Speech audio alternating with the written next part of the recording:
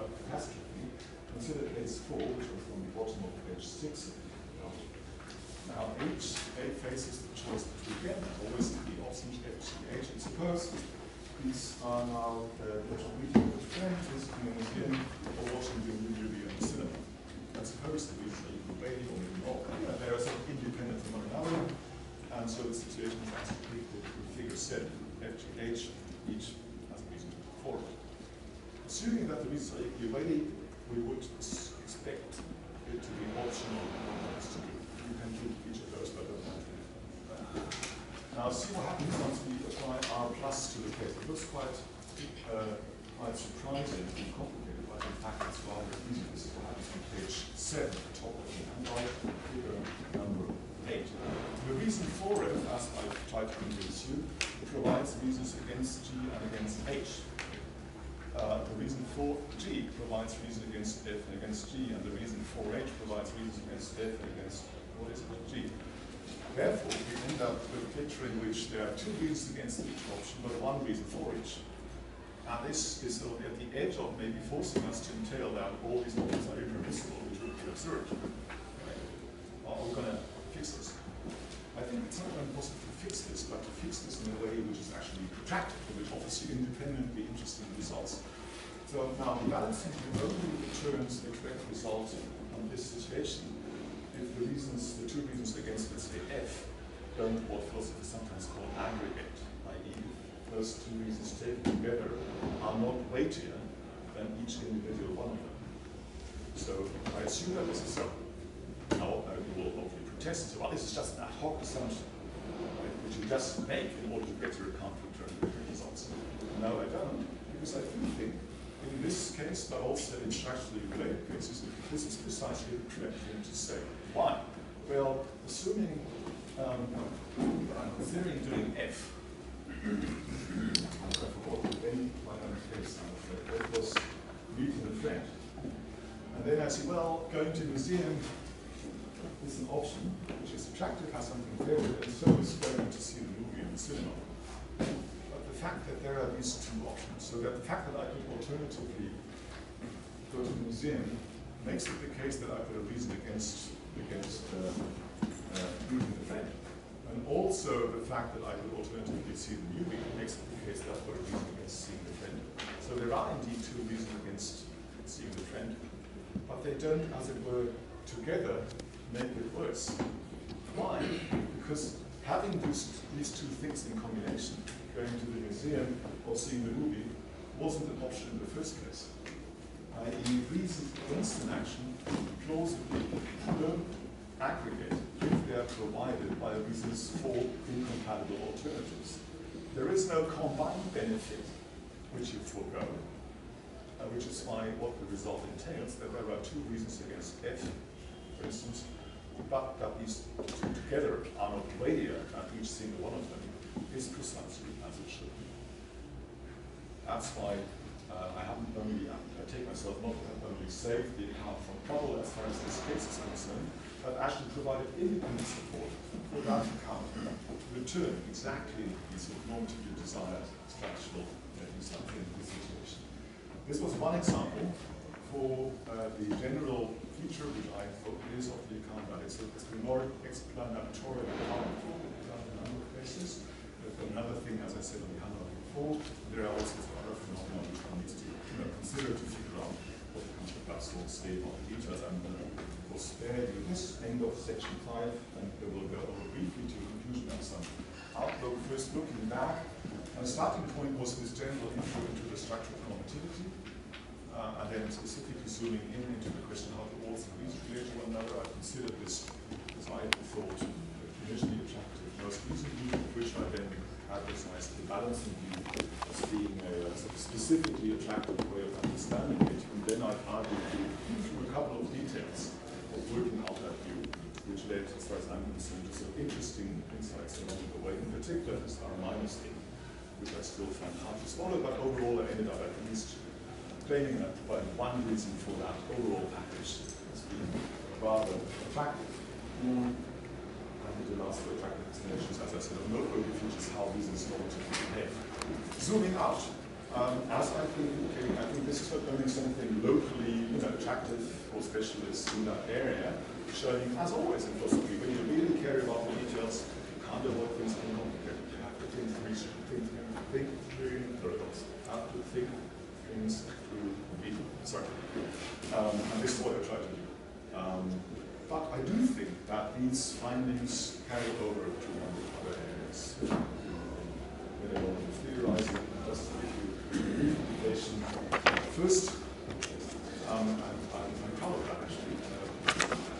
You might think, well, isn't it such that already in case 1, you just need to add to the balancing view the principle that if an action is altered, then each incompatible option is impermissible.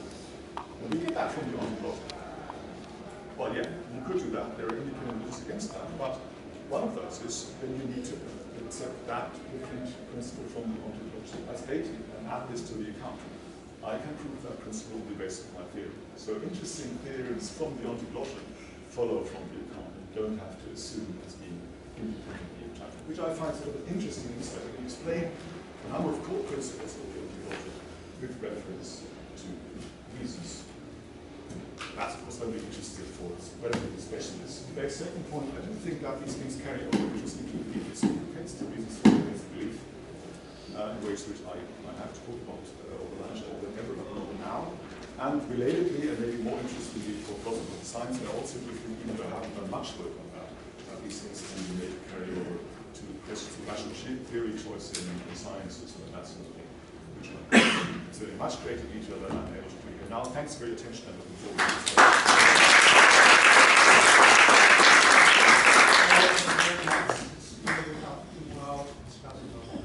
I was happy to be present before last night. Thanks a lot, Thomas. That was extremely interesting. After a short question that I just posed, what do you need to make any assumption about the entity which produces these reasons? Right. I haven't said much about my general views about reasons in fact. Now, number one, I want this account, in the sense that it would be nice for it to be as neutral. It's already rather complicated, as you would agree, but I would like to be this as neutral as possible in a number of core respects. And I do think it's metaphysically neutral in certain senses. Secondly, I do think it's normatively neutral. So of course, I've been trying to appeal to your first order traditions about promises, giving reasons. But if you don't like that, if you think promises are bullshit, then I'm happy to adapt to your first order views and tell you your examples. It's purely structural. But as far as reasons are concerned, there is indeed something going on in the background, which I had a bullet point on the first point of the handout, as we might see, which I've jumped over on the bottom of this page. But rough and readily, I do think reasons are facts. Typically, they are non-normative facts, which do favor or disfavor reactions. For instance, the fact that it is that the sun is shining is a reason, let's say, for going out. Assuming certain background conditions, for instance, it's not shining too much, because otherwise it might be a reason for staying in, etc. So facts, non-normative ones, the sun is shining, blah, blah, blah, it's a favor or disfavor reaction. That's pretty much the view which Scanlon, I think, 1980 advertised. But what I was aiming, if I may say this one, I was aiming, I don't know if I can something probably people that, because it's a balancing view, etc. So our reasoning powers can satisfy this balancing view. So these reasons are produced, these alternatives are it's just what's balancing about that is just the idea that what we ought to do depends on which reasons is weightier than the other. So as I invest normative views about what speaks in favor of what, I also invest reasons about which reasons are weightier than others. That's for me. But that's not what's true about that is again part of normative theory, that's not part of phenomenology theory. Right. Thank you very much. Very stimulating content here. I was just wondering whether your the questions you posed to the picture you described can be answered, or if in the picture we demand that the possible options are exhaustive, not only incompatible, but exhaustive of the option space. I did assume that. You did it. Yes. So there is the option that they get stopped. There is the option going to restaurant F, G, or H, or getting stopped, not going to a restaurant or not doing anything. Yeah. That's why the example is a bit unpleasant. Suppose you are already in a restaurant and the only doors out lead to other restaurants. Yeah. Okay, if you don't go and you don't eat, you'll get stopped. I was I wondering want whether the option of getting stuck, falling down, dying to be one of the options, and I think it doesn't change the picture. if not taken to be exhaustive of the space, I was wondering what's this structure of the space of reasons, how it would be differentiated formally, not substantially, because substantially there are many differences, formally for a space of desirabilities, of how they are structured in a Bayesian decision theory, or have all disordering, but they don't have additive properties, they do not aggregate. Because it reminded me a lot, the approach. It's just that because instead of desirable, of desirability or utility, we would talk about weights of reasons, some measurements of reasons that have some formal properties in order to show the structure of reasons. I was wondering whether you can compare it with it, how it differentiated formally, substantially it does, but formally. Two brief points. First, what I like about this as opposed to, let's say, utility theory and certain other views about reasons is I only need a view about reasons being weightier than others. So I only need to ordinarily compare the weights of reasons. I don't need cardinality. So I don't need any certain more standard assumptions of the sort which typically are in intuitive theory, etc., etc. All this machinery and the axioms is not necessary, but there are other views about reasons which do need that. And one of the attractions of this is that you can do without. So the structure which I need is complicated, are these principles of business transmission, but that makes up, as it were, for other views having different, complicated structures elsewhere, as in particular utility theories. Second point, how do I carve out the space of options? I know he's pressing me on the equation. Large question, but I take it that you can think about matters rather continuously. For instance, I can go on the door here, there, 1,000 actions are available here. But there is just no normative point. They're not subsuming them under the general action type going out of the door, which I'm not going to do. And therefore, so what the reasons are, and what your normative views are, about what the reasons are, determines how you sensibly carve up the options in certain words rather than others. There's nothing fixed about that, which I would assume at the outset. Let's move to thank you very much. Yes, thank you. This is very cool. And it's very nice to be introduced to this topic in such a way. I have thought that I just want to float. I asked Anthony to bring this, so I want someone to get me to write something, because it typically happens. So I think you can plausibilize R minus, or perhaps even sort of do without R minus by adopting some very plausible ideas about disjunctive action. If you allow disjunction. I do. Yeah? So suppose case your reason against F does not, you said your reason against F, it's not that immediately clear that it gives you a reason for G, but it is immediately clear that it gives you a reason for G or H. Yes, I agree. Yeah? Yes. For the disjunction of G or H. Yes. Now, I'm just keeping hold of very drag this. This is how I typically write this.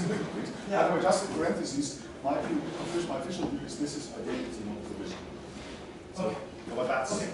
But then your reason for F provides a reason against H. Yeah? And it's quite plausible to say that the reason against H together with the reason for G or H provides the reason for G.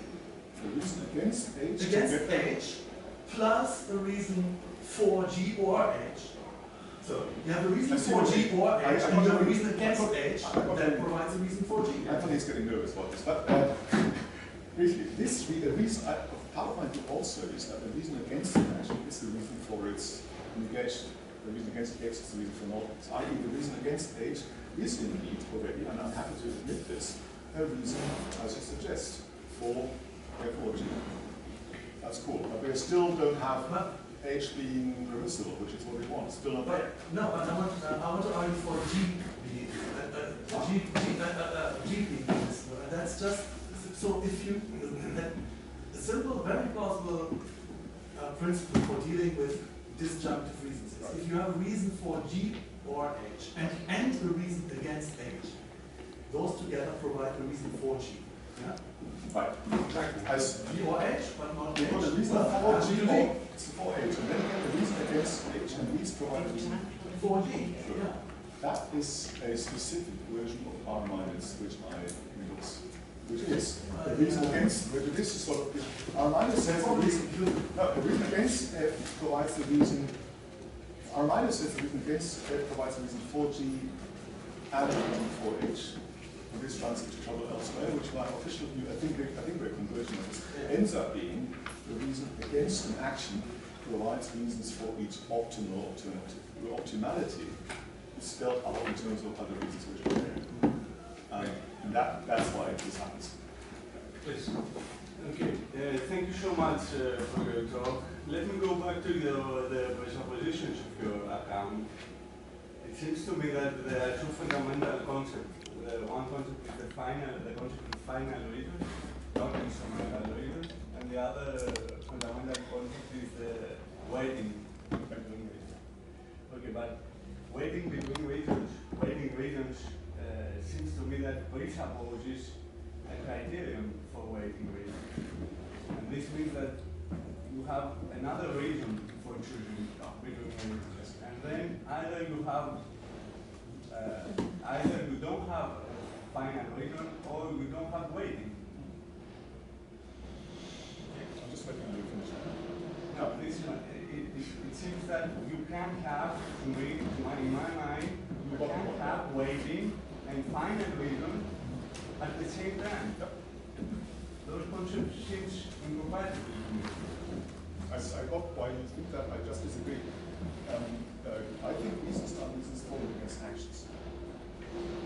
And that's where the notion of reason, in the sense in which I was sort of appropriate. I agree, of course, that the account relies on the idea that it's possible, and this is something which we started discovery, that sometimes to make this seriously enough judgment about which reasons is weightier than another. Maybe we also would be good to have a criterion, but the question is, what do we mean by that? For instance, that we have a principle which sort of axiomatically allows one to decide which reasons are stronger than another. Why should it? I mean, the normative world is complicated. And already Aristotle said, don't make things more refined as the subject matter is. David Ross, in this sense, Aristotelian, otherwise deontology, of course, found to say, we do have principles where what we have reason for and against, but when it comes to figuring out weighting principles, we shouldn't do that, because all that happens is that we end up with false beliefs. We might come up with these principles, they're all subject to counterexamples. The normative matter is too complicated there to be formulated in principle. So that's my simple view of that. And whatever you think about that, whatever you need there, it's just not going to end up being a reason, as you suggest, because reasons favor and disfavor actions. You need a justification. Reasons are not justifications. Reasons are not arguments. Reasons are not things. Of course, we need to justify matters, but that's it. That was very quick, I know, but again, it's still. Okay, this is your point. A couple of very quick things from me. Only using my authority. I didn't hear the words silencing reasons, disabling reasons. Was this an oxygen? Was it? It's all there.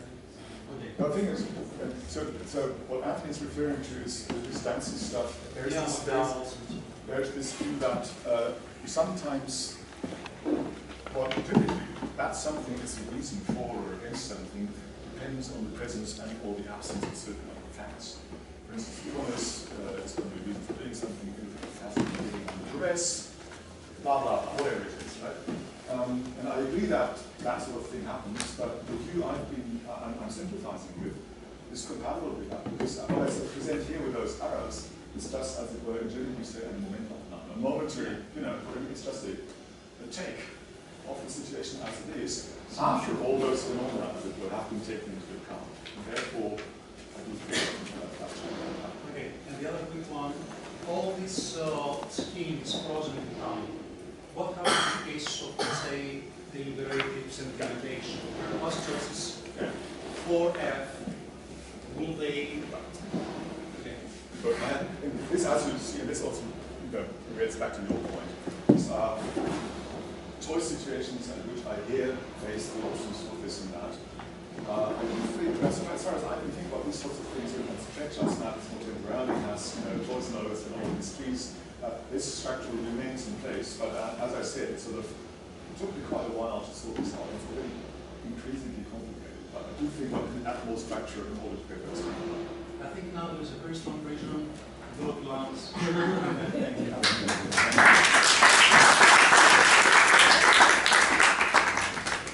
Right, so back at 4.